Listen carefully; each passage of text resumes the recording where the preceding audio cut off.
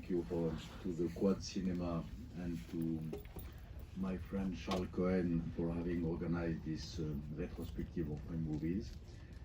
It's a great treat for me to be retrospectivized in this legendary and iconic cinema.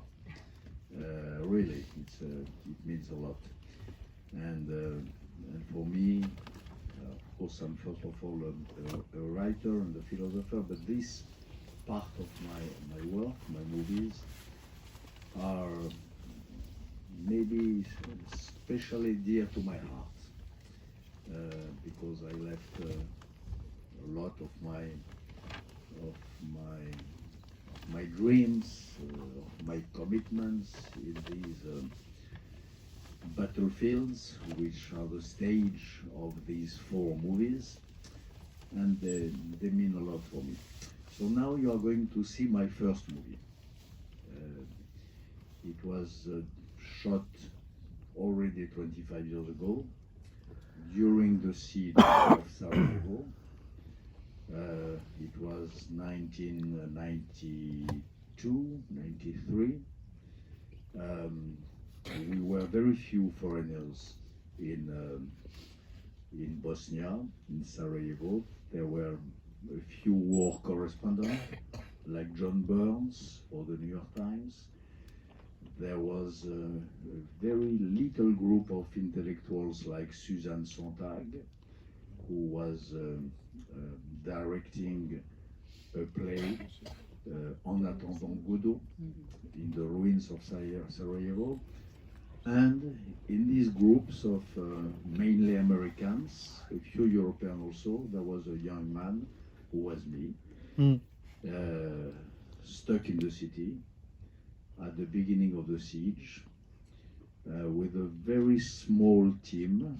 We were a team of 4, and we decided at a point to alert the public opinion, to break the wall of silence by doing this movie. So you are going to see it.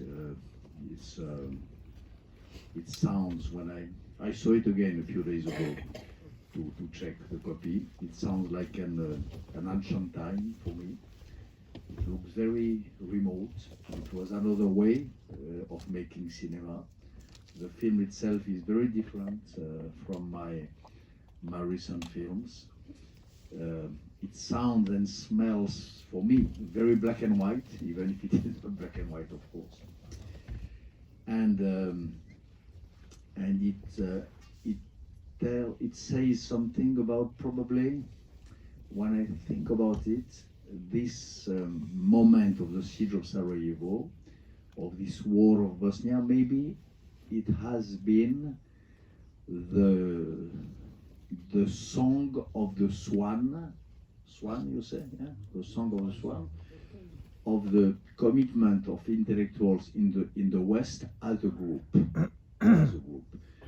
From Dreyfus Affair, something has started with the Dreyfus Affair in France at the end of the 19th century, and it might have ended as a swan song in Sarajevo. After that, of course, you have a lot of commitments, but by individuals, like me in Kurdistan and others. But in Sarajevo, something very special happened. I realize that when I think about it, which was an involvement of a lot of ladies and men as a group, not organized, but with a sort of mutual understanding under the shells in this besieged city for liberal values and for humanism. And I remember my talks, my conversation with Sontag, for example, and with others. For us, Bosnia was a rendezvous, in a way like the War of Spain, the Spanish War, for our elders. 60 years before, in 1936, the Spanish Civil War, which was the prelude just before the triumph of fascism, had probably the same sort of importance that this Bosniak war for us, for people like André Glucksmann in France, like Peter Schneider in Germany, like Sontag, Susan Sontag in the US, and myself. So this film bears testimony for all of that, for this time, for this commitment, for this dream, for this defense also of secular, modern, democratic Islam. It was the moment, 1993, 1994, when people believed to speak.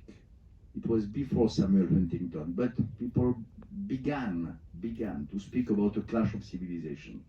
That was the beginning of that, this terrible and dirty idea of a clash between Islam and between the West and the rest.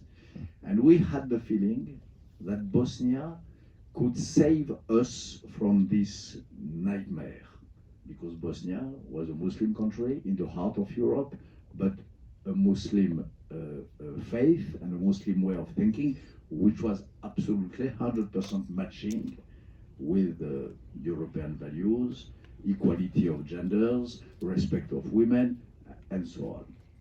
So this film is full of all of that. You are going to see it now.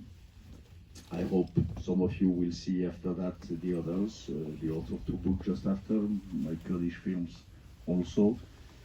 Again, for me, it's a real source of pride to be presented today to you, to this audience, in this very special place.